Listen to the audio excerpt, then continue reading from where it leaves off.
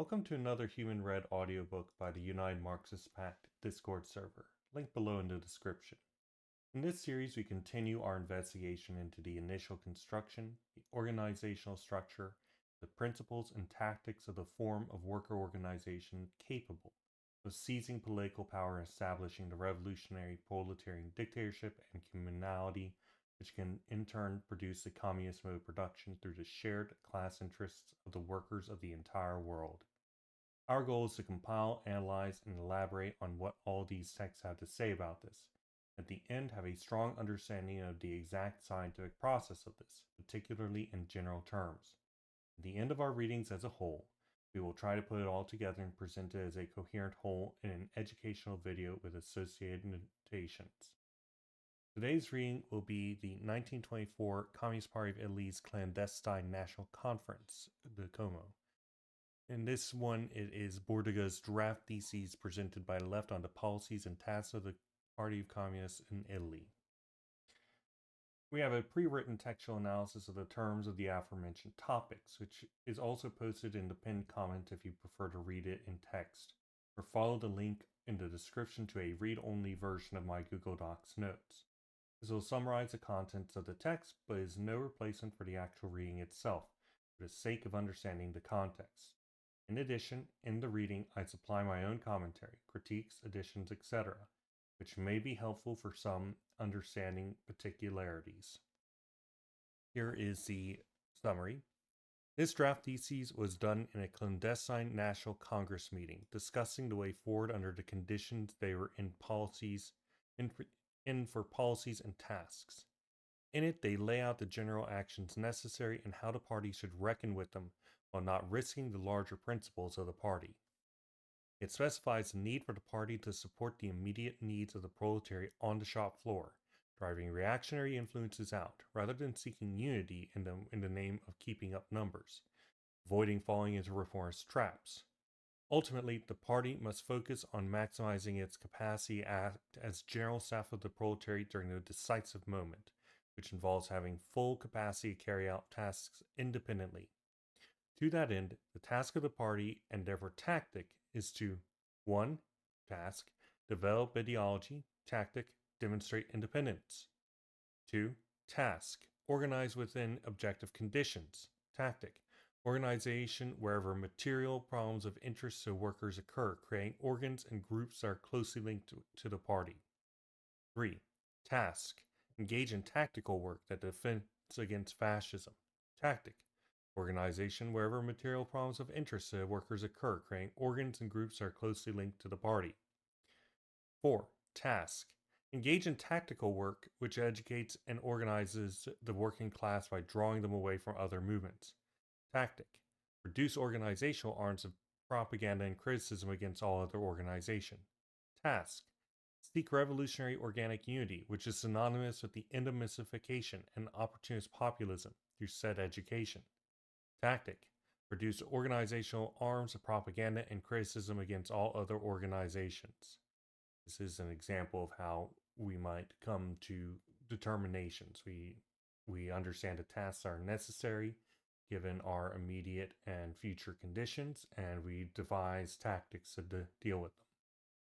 In terms of the United Front, the party is to seek to intervene in the leadership to fight against saboteurs, but to be positioned in such a way that, if the United Front failed, the party comes out as clearly the correct position, and thereby the workers would organize around it. This requires that communists make it abundantly clear that the proposals they make must be followed for victory to be achieved. This in turn requires that the party struggle viciously against pretenders taking its name, and split with non-communists should the United Front fail. As workers enter in after such a failure, the party should vet them through rapidly, but not be led in based on their position in the previous worker organization they were in. All relations between center and periphery should be consolidated, along with the, quote, internal organizational apparatus. While critiquing and attacking fascism, critiquing anti-fascist bourgeois parties, and rejecting organization with such bourgeois organizations. The goal is to influence the workers towards communism, while constantly updating theoretical and political consciousness of the party and defining and solidifying organization, because as the organization changes, the theoretical line of tactics shifts and vice versa. And subjective and objective conditions change as well, demanding shift of tactics and organization in turn. It's a dialectical relation between all three. The theoretical line, organization, subjective, and objective conditions cannot be in contradiction because it will lead to a failure of tactics and organization. To this end, organic centralism is suggested, which should prevent factions or internal factionalism, stopping dogmatism through mechanical methods of gaining position and imposing those methods, while also preventing the party from losing independence, having its platform externally excluded. Organic centralism promises that changes in the organization come with the development of political ideology, definition of tactics, and organizational consolidation, thus removing the risk of contradiction, which leads to failure of tactics and organization. And now I will begin the full audiobook reading. I hope that you enjoyed the session and will attend next time as well. Welcome back to another reading on United Marxist Pact for investigations into worker organizations that can bring about the dictatorship of the proletariat. We are going to be reading today draft theses presented by the left on the policies and tasks of the Communist Party in Italy. This was in the Clandestine National Conference in Como, May 1924. So let's get started. Part 1 is going to be the Italian situation. Then Part 2, the policy of proletariat. Part 3, the Communist Party, the first period. Part 4, the new communist policy. And Part 5, the future tasks of the Communist Party in Italy, with an appendix of motion of the left to the Communist Party of Italy. In these theses, we don't intend to address the questions of a general and international order, without which they, on the other hand, cannot be exactly evaluated, since these questions are outlined from the point of view of the left wing of the PCDI in the Theses on Tactics of the Rome Congress and the Project of Tactical Theses for the International presented at the Fourth Congress by Bordiga, documents that we are assuming are now well known to comrades. The nature of this discussion and the need to shorten it justify the very concise compilation of these theses, which cover topics that, in a regular party consultation, would be divided into several sections of a Congress agenda. Part 1. The Italian situation. 1. A complex circumstances makes the lessons which flow from the conduct of the social struggle in Italy in recent years very interesting from the point of view of the policy of the bourgeoisie and the proletariat, although Italy is a country without very advanced capitalism. After the reactionary adventures of the last decade of the last century, in the beginning of the present one, the policy of the bourgeoisie was characterized by a wide use of, quote, leftist resources in order to neutralize and draw and deceive the great proletarian movement into class collaboration. 2. The world war threw the bourgeoisie and the Italian state into a serious crisis due to the lack of solidity of the Italian economy and the meager rewards of the victory. In order to avoid the revolutionary outcome of such a crisis, the bourgeois policy consisted, at first, of a clever tactic of conciliation and concessions to the proletariat, preparing until the forces were ready to unleash a reactionary offensive that would ensure the preservation of the regime. The first factor in this action can be seen in the work of the governments of Nitti and Giolitti.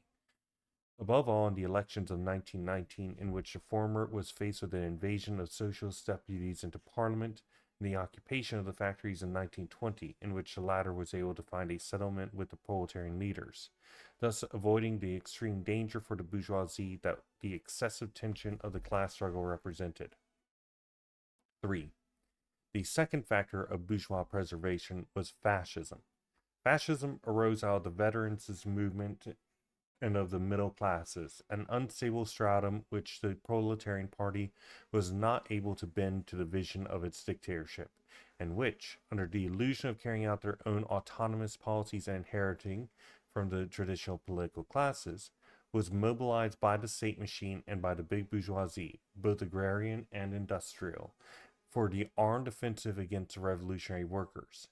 The offensives The offensive not only prevented any development of revolutionary actions, but even took away from the workers the deceptive concessions made in the democratic period, as the fascists wanted to demolish all proletarian organizations.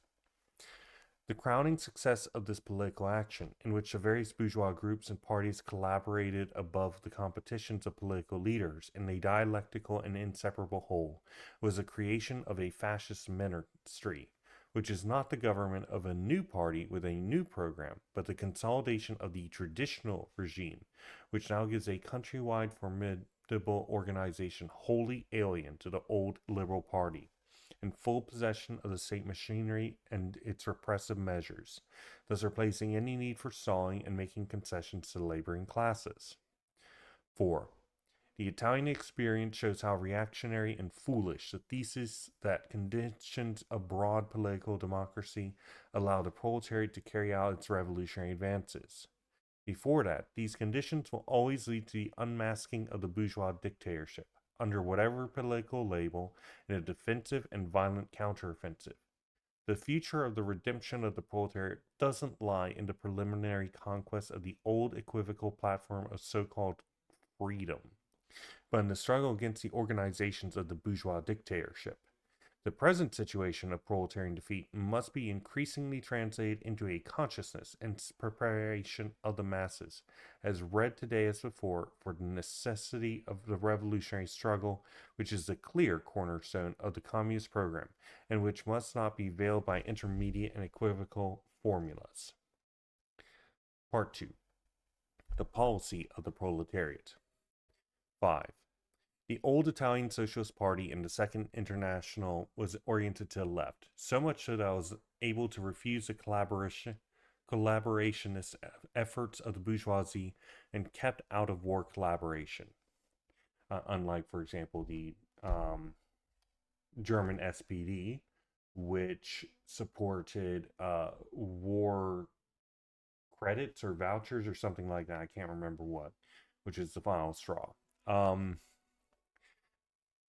The formation of a majority of these negative theses was not, however, equivalent to the prevalence in the party of complete consciousness of the positive revolutionary task, the current which, not stopping at the formula, quote, neither join nor sabotage, end quote, maintained that from the war one must take the opportunity for the revolutionary assault on the world bourgeoisie, according to Lenin's formulation, was always during and after the war a minority, though a strong one, of the party. In other words, revolutionary defeatism. Take the period of weakness that is the support of bourgeois inter-imperialist conflict, and seek to transform the war, the economic imperialist war against other countries, into a political, civil class war within your own country. 6. The post-war situation found the party in the midst of so much shifting to the left of the masses in conditions of deplorable insufficiency. This was A. theoretical and programmatic, inasmuch as it lacked a consciousness of the revolutionary process, clearly Marxist and distinct from the pacifism of the reformists, and from the wordy and petty bourgeois revolutionism, at once too fatalistic and too voluntarist. B. Organizational, in that there is no organic unity and preparation of organs of action in any field in the party, so that the control of the parliamentary organs and trade unions remained with the far-right reformist minority, even though the latter was excluded from party leadership. C. Tactical and strategic, insofar as a possible action of the masses was conceived only under the equivocal species of a popular movement devoid of any general staff and of any knowledge of the successive positions to move towards, and entrusted to the occasional alliances of subversive groups of all shades, from bourgeois republicans to anarchists, having divergent and incompatible objectives and methods.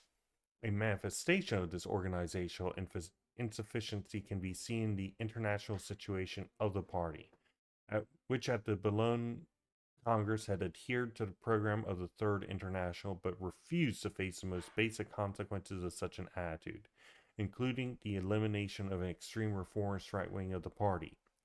This simple elimination would not have made the party a truly revolutionary party, since other substantial conditions are necessary. But the obstinate refusal showed a symptom of the fact that the majority of the party and the entirety of its maximalist and unitary center were outside the communist movement and could not, nor wanted to, nor should they become part of it. So I'll take this here. Alright, so the party needs to understand the revolutionary process, which involves supporting immediate needs of the proletariat while not falling into reformist traps. It needs to be active in taking the organization to the shop floors and pushing out reactionary influences rather than excusing them on grounds of organizational unity. It needs to focus on being capable of acting as a general staff of the proletariat during the decisive moment, which involves having full capacity to carry out tasks independently. Back to text. 7. The failure of the Italian proletariat in the post-war period is the most evident demonstration of the thesis that the formal unity and confluence of a sentimental consensus of the masses are not enough to ensure a revolutionary victory. If the Marxist Party lacks the doctrine, the organization, and the tactical capacity to fulfill its task, it shows that a heterogeneous party or a block of different parties will never provide the general staff needed for the victorious revolution. Part 3. The Communist Party, the First Period. 8. The Communist Party of Italy was constituted at the Congress of Livorno with the secession of a minority of the old party, the logical and timely way that had to give the platform of a new revolutionary party which, while using the traditions of the Italian socialist left, would break completely with the organizational trunk and with the habits of reformism and centrism. The maximalists who remained with the reformists were not communists, occasionally misled by a misunderstanding with the Third International, but as a political staff, a formation of the Italian movement that was wholly, quote, undesirable for a new revolutionary party. 9. The Communist Party was formed in a situation whose unfavorable turn to the proletariat was now outlined, after the failure of the occupation of the factories and the beginning of the open offensive of fascism in the Po Valley. As a minority party, it could not set itself the goal of carrying out a revolutionary offensive of the proletariat. In fact, it could never set this as its next objective. The task of the party was presented in the following way. Its ideology was satisfactorily established by the critical and political work that led to its formation and the doctrines of the Communist International. Its organization had to be quickly set up on the basis of the network already provided by the work of the fraction. Its complex tactical work had to achieve two simultaneous conditions: to concentrate for an effective defense against fascism, for example, against the whole bourgeoisie, the greatest possible number of workers, at the same time to clear away from the mists of programmatic and organizational confusion of the 100 little groups jockeying for revolutions of varying kinds. For true revolutionary organic unity against confusionism and opportunist demagogy had to be the word of order of the party. The leadership of that party had given itself in Livorno and confirmed in Rome wanted to achieve these essential conditions with its work. 10. The first care that had to be that of underlining the political independence of the new party from all the others, with open propaganda and criticism, and avoiding every central and local alliance between political bodies. This was the constant work of the old executive.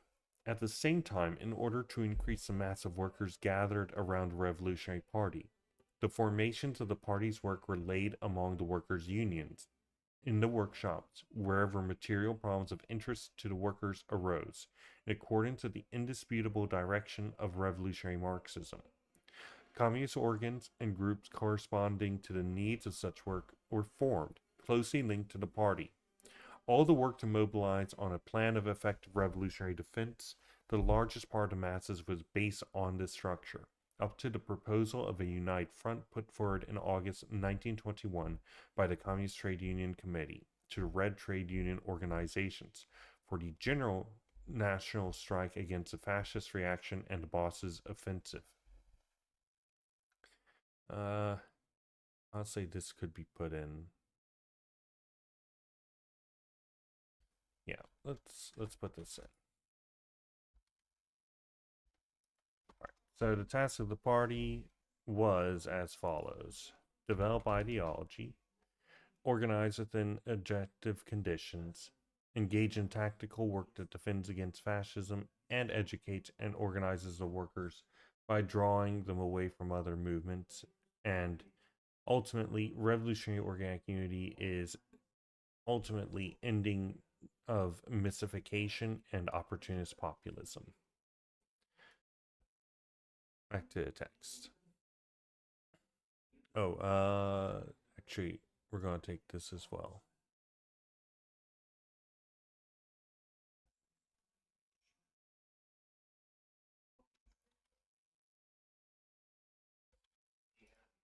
Okay, so to that end, the party needed to have active arms of propaganda criticism against all other organizations, great demonstrations of independence from all others, organization wherever material problems of interest to workers occurs, the creation of organs and groups, and these organs and groups need to be closely linked to the party.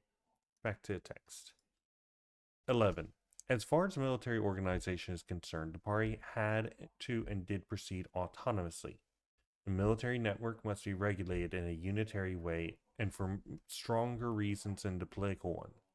Proposals for a common action to the various action common to the various parties or quote outside the parties made in this matter, RDT del Popolo, were declined, both for this reason of principle and for those who were made by suspicious emissaries and with false declarations of consent of the various responsible organs of the party to the organizations in the periphery in order to mislead them. Jeez. This and other elements demonstrate to the executive that these organizations had suspicious motives and aims, imposing the behavior for the old party leadership claims responsibility. 12. Conforming to the wishes of the Communist International, after the constitution of the Alliance of Labor among the trade unions, the party reached negotiations with the political parties, but imposed conditions in them that were such as to guarantee that the proletariat would not again be betrayed as in previous cases of blockades of mass movements. These conditions are so effective that the other parties broke off the negotiations, but they never dared to appeal to the proletariat, since in their incapacity and neglect, combined with demagogic and defeatist intentions, was evident from their behavior. 13. This led to the strike of August 1922. This episode, in lessons it offers, is an example of the application of the revolutionary tactics of the United Front.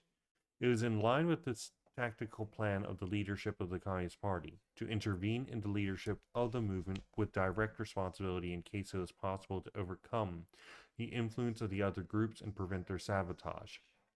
If the opposite happened, it was to participate in the struggle in order to demonstrate to the proletariat the revolutionary superiority of the Communist Party, to convince it in light of the facts that the painful possibility of defeat weighed in the responsibility of other parties and would have been avoided if the proposals of the Communist organs had been followed and not sabotaged.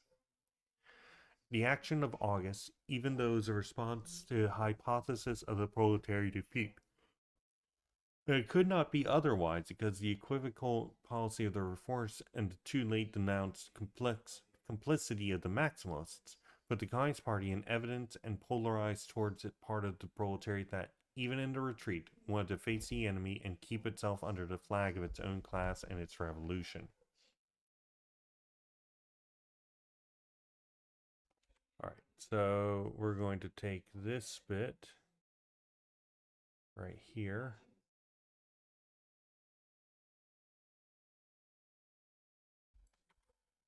And United Front. Okay, and the United Front Party was to, one, intervene in the leadership of it. This is to fight against saboteurs, but if that failed, then the participation in the struggle would demonstrate the superiority of the communist movement. This requires that communists make it abundantly clear that the proposals they make must be followed for victory to be achieved. Back to the text. 14. After the August strike, the logical development of the tactics of the proposals of the United Front put put forward in the period from August 1921 to 1922 should have been the passage of the Communist Party, despite the prevalence of the fascist reaction, to an independent appeal to the proletariat to gather around it, and only it, for the preparation, no matter how bitter and long, of redemption, denouncing the incapacity of any other proletarian party and aiming at the emptying out of it with the exodus of its adherents into our ranks. This clear and evident tactic had to accompany the concentration of the greatest energies of the field of the technical defense of our internal organization, and with all means against the attempts of the reaction to suppress us. In order to survive these attempts, the party had to base its future tactics on one word: fascism.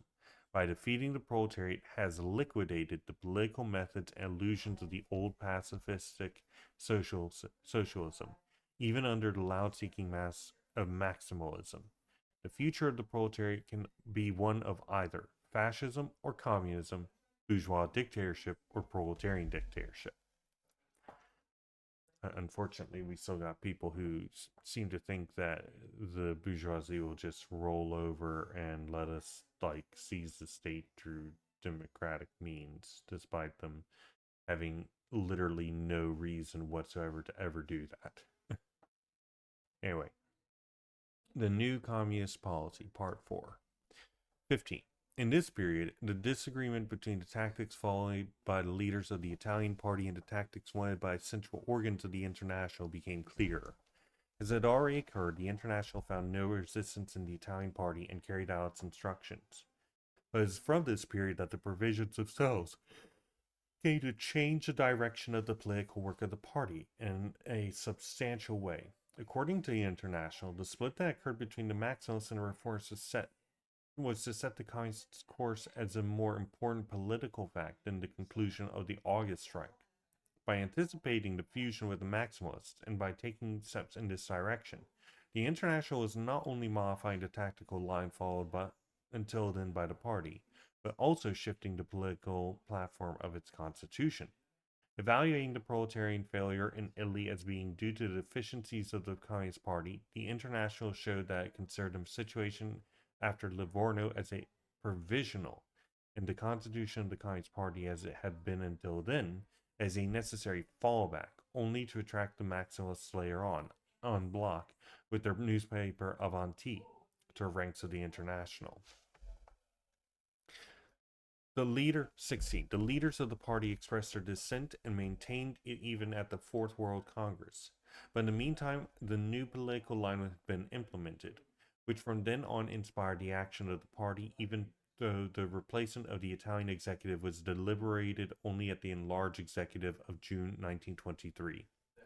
The point of view of the Italian party was this: the splits are condemnable in practice as per our tactical theses, and also condemnable is the feeding of communist fractions in other political parties, which serves to feed a misunderstanding about the leftist tendencies of those parties. The leading group of Italian Maximalists and its tradition must be broken in order to lead the masses of workers that still follow it to communism. It is illusory to think that it is possible to conquer the mass in a useful way by coming to terms with their leaders and making concessions to them and promising them participation in the leadership of the unified Communist Party, which would once again be the party of misunderstanding. The Maximalist workers, even in groups, must come to the Communist Party as gregarious. No one can penetrate, quote, with the benefit of rank.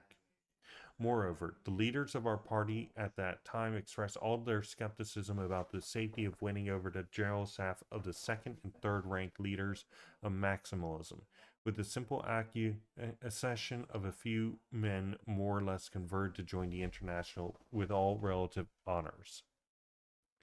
All right, let's take this.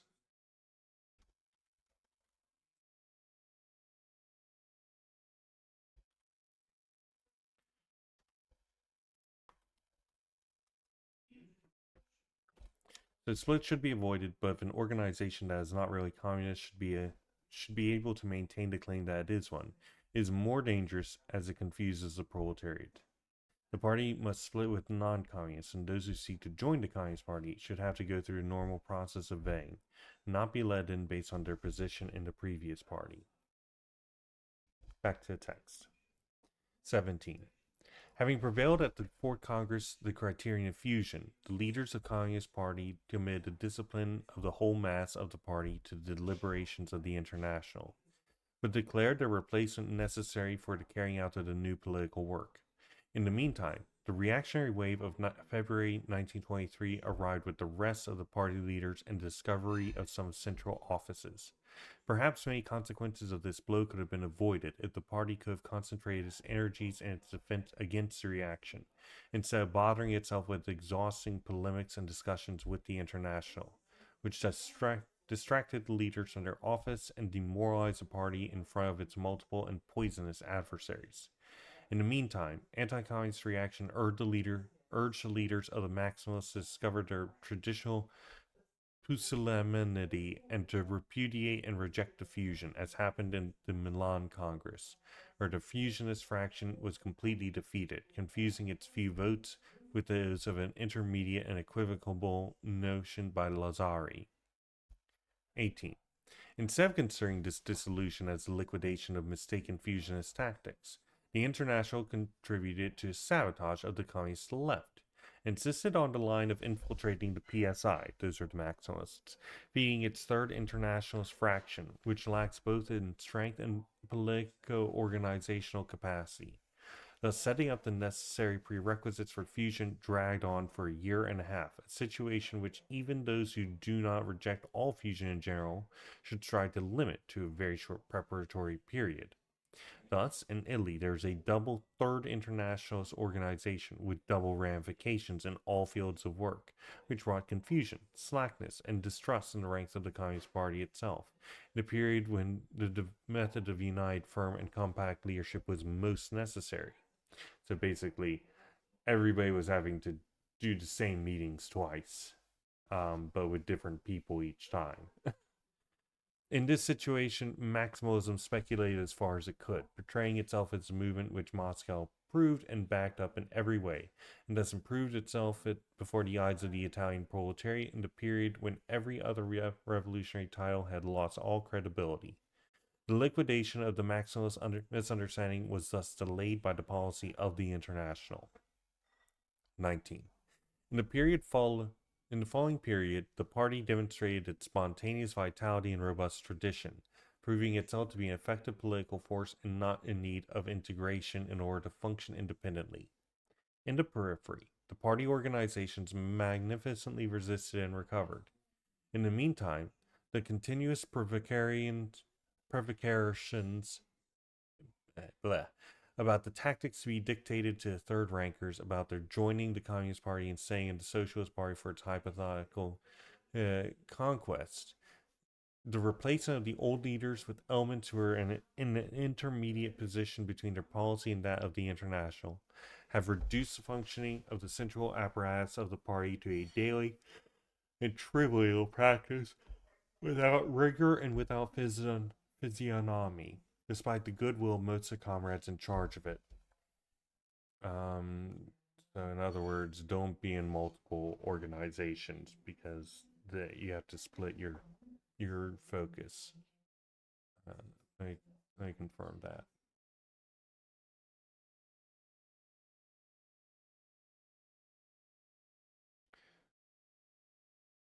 We'll see that in the interaction. Okay, yeah. Okay. 20. In the political elections, we wanted once again to experiment with the unsuccessful tactic of inviting the other political parties, and once that failed, to build an alliance with the third party and to give a word of unity, while we were allied and united only with an organization made by ourselves, basically holding hands with our own image in the mirror, so to say.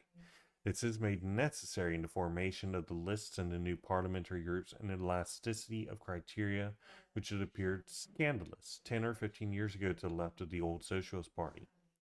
Politicians have been able to choose in cold blood the list where to put their name, either professing their third internationalism or renouncing it. Even if this has led to an electoral advantage, it would have been condemnable. But instead, the success of the party was not the success of an alliance, but of the, quote, communists, sharply defined as such by the opposing press, while we were under the fig leaf of so-called unity. The strident formulation, fascism or communism, and the attitude of extreme left wing opposition taken by repudiating on principle every possible electoral bloc, be it wide or narrow, real or fictitious, besides being more consonant with revolutionary tactics, would have given us an even greater electoral success. The opposite attitude threatens to revalorize the stupid fetish of false and in name only unity, to make the proletariat forget what our doctrine is and what the situation teaches it, to consider the parties of opportunist socialism as impotent and counter revolutionary. Part 5.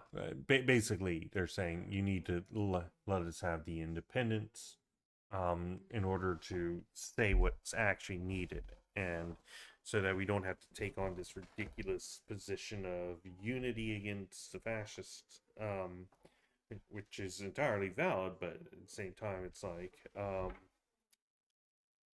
while we're saying unity, we need to be saying communism at the same time, right? uh, Otherwise, we lose any ability to say anything. Part 5. The future task of the Communist Party in Italy. 21. The task of the party, according to the Communist left, can be deduced from what we have said about the Italian situation in relation to the tactical directives of our well-known theses. It depends on the decisions of the International, since the latter, and not a majority of the party, must decide on the matter. In the hypothesis of the International having avoided any programmatic revision, but accept the criteria of the left with regard to tactics and organization and directive criteria, the Italian party would have set itself the following goals. Organizationally, liquidation of every fraction in other parties and admission of the Third Internationalists in our own ranks, with a faster procedure compared to the normal one, but without participation in the governing bodies. Consolidation of the internal organizational apparatus of the relations between the center and the periphery, according to a comprehensive and complete international solution of the question. Politically and tactically, irreconcilable and truly Marxist critique of the phenomenon of the fascist regime, not blinded by democratism and victimism, and fighting against it by all possible means. Resolute critique of the anti-fascist bourgeois parties, the self-styled anti-fascist bourgeois parties, and the social democratic parties, avoiding any conduct of blocs, alliances, agreements with them, or parts of them. Work to resurrect class unions and other economic organizations of the masses of workers and peasants, and to influence them towards communism. Okay.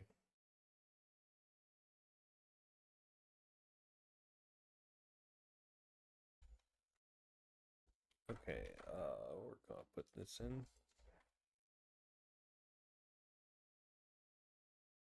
Alright, so the Italian party should vet people through very rapidly, but not allow those joining in such a fashion participation in governing bodies.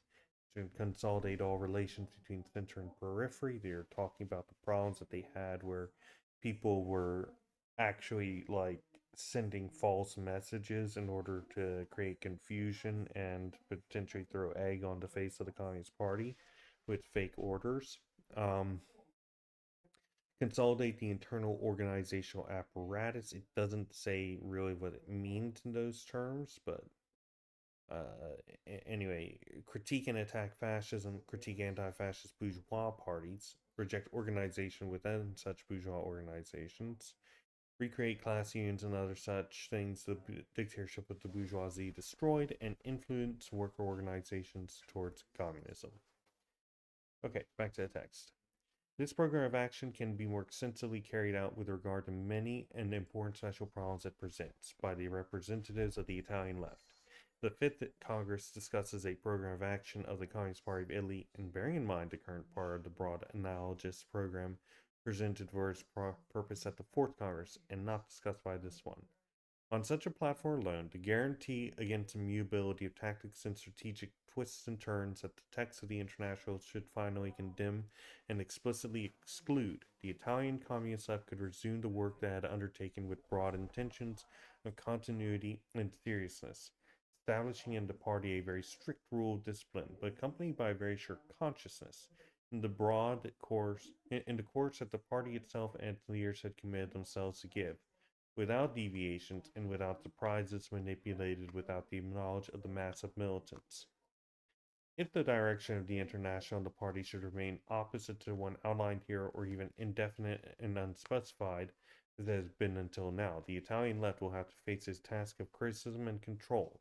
A firm and serene refusal of post-haste solutions reached with the lists of executive committees and various forms of concessions and compromises, such as the demagogic coverings of the much exalted and abused word unity.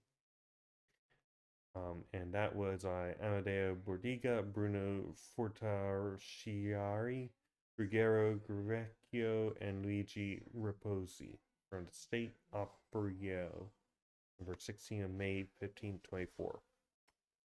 We got appendix, motion of the left of the Communist Party of Italy. 1. The group of comrades who directed the party in the period after the Livorno Congress considered the need to make the party's theoretical and political conscience precise and complete, and its organization well defined and solid. Not as a preliminary and occasional task, but per necessity for the Communist Party, a task which cannot be separated from the implementation of the best tactical action, just as it must not be in contradiction with the lab, according to criteria widely formulated in the Theses on Tactics of the Rome Congress, which faithfully represents the opinions of that group. 2. The differences that arose between the Communist Party of Italy and the Communist International were based on different evaluation of the program problems inherent in the tactics, internal organization, and leadership work of the International as a whole, and only as a particular aspect of the general divergence. They translate into evaluation on the Italian situation and the task of the Italian Communist Party. I actually want to take this.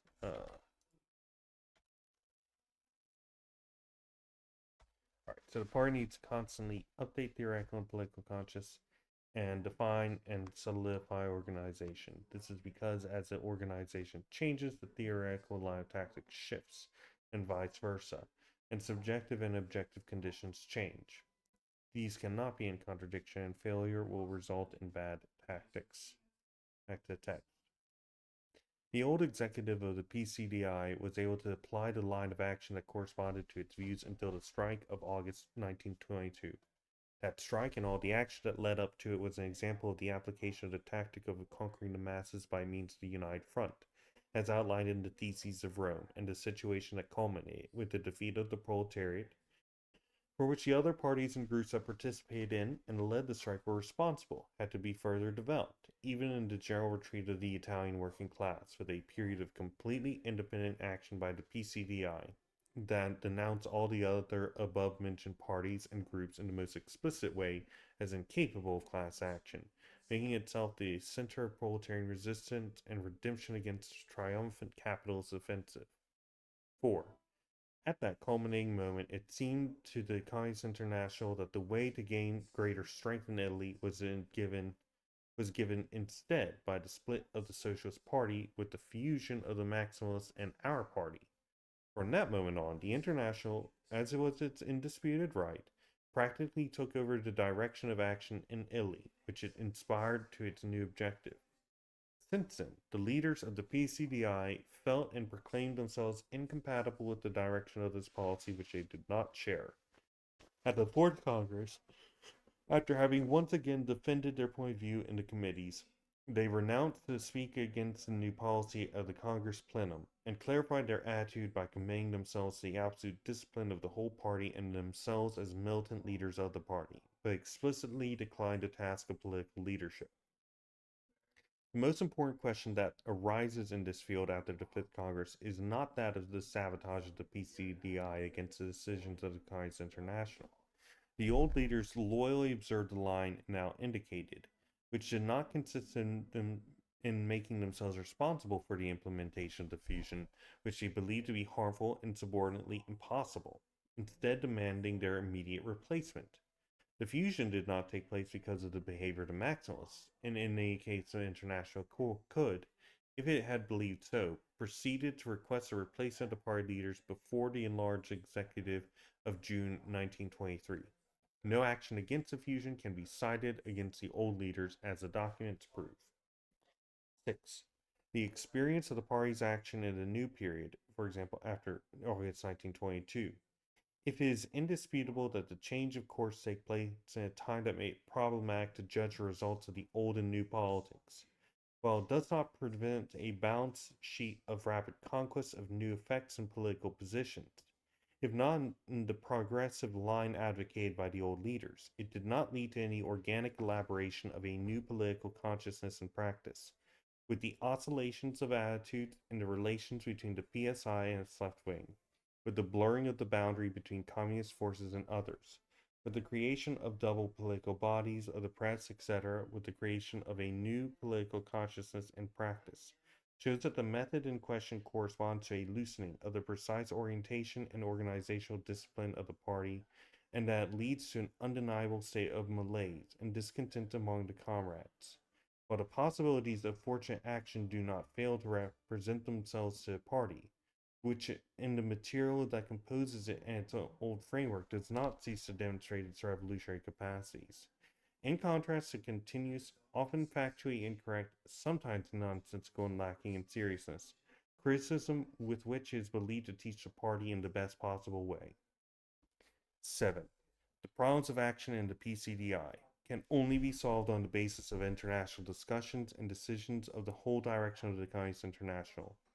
The left wing of the PCDI can formulate a program of party action for the present and future, but basing it on the assumption that its views on the tactics, organization, and direction of the Communist International will prevail in international meetings, maintaining in full force the classical programmatic postulates as they are carved in the constitutional documents due to Lenin, inspired by the most vigorous line of revolutionary Marxism. 8. Only if in such a discussion a consensus of views is reached on the left wing of the PCDI finds itself on the ground of the majority of the international community of the IC in the relevant deliberations will be the left wing itself be able to participate in the new leadership of the party. 9. The minority of the PCDI, for example, its right wing, corresponds in part to the tendency of the current tactical terrain of the IC, but in part represents the survival of immature and conservative elements of the centrist mentality. This group could take on, quote, liquidating tasks of the party's tradition, should it meet with the action of liquidating groups or the glorious political tradition of the IC. Against this danger, the left wing of the PCDI will wage a most energetic and decisive struggle. 10.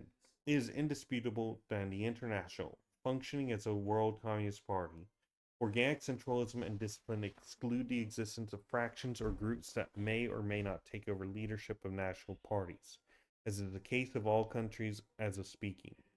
The left wing of the PCDI is in favor of the most rapid achievement of this goal, but considers that it is not achieved through the mechanical decisions and impositions, but by ensuring the proper historical development of the Communist International Party. Sometimes just read things backward. I don't know what goes in my head there, but development of the International Communist Party, which must go hand in hand with the clarifications of the political ideology and the unequivocal definition of the tactics and its organizational consolidation.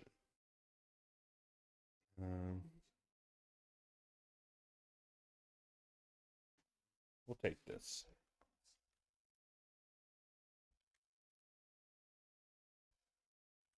So, in organic centralism, fractions or internal factionalism does not exist.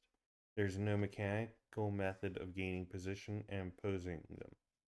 Changes in organization comes with the development of political ideology, definition of tactics, and organizational consolidation. Back to the text. An international without fractions will be one in which the criteria of solidarity and political continuity will prevail, which make incompatible double location organizations, mergers, for example, the emission militants not with statutory guarantees, but with sudden conferral of important leadership functions through negotiations and compromises, political blocs, agitations with unclear demands that may be in contrast to the lead concept of our program, such as that of the workers' government and so on. Should the international threaten to evolve in the opposite direction, the rise of an international left opposition would be absolutely revolutionary and a communist necessity. The left wing of the PCDI is confident that this painful eventuality will be, by clear decision of the imminent Congress, unequivocally excluded for reasons of principle, as well as for the same meaning of the most recent experiences of the international communist action, and the communists will continue without any negations and maneuvers of illusory political diplomacy. The simultaneous ruthless struggle against both bourgeois reaction and opportunism, which in all forms lurks among the workers while being the necessary and natural ally of the former. And we're going to take this as well and paste that there. Right. So by not having these fractions, it allows solidity and continuity. At no point could the party lose its independence or have its platform externally occluded. And as the text of the draft theses presented by the left on the policies and tasks of the Party of Communists in Italy, 1924. And that is the end of the text. Thank you for joining, everyone, and have a wonderful day.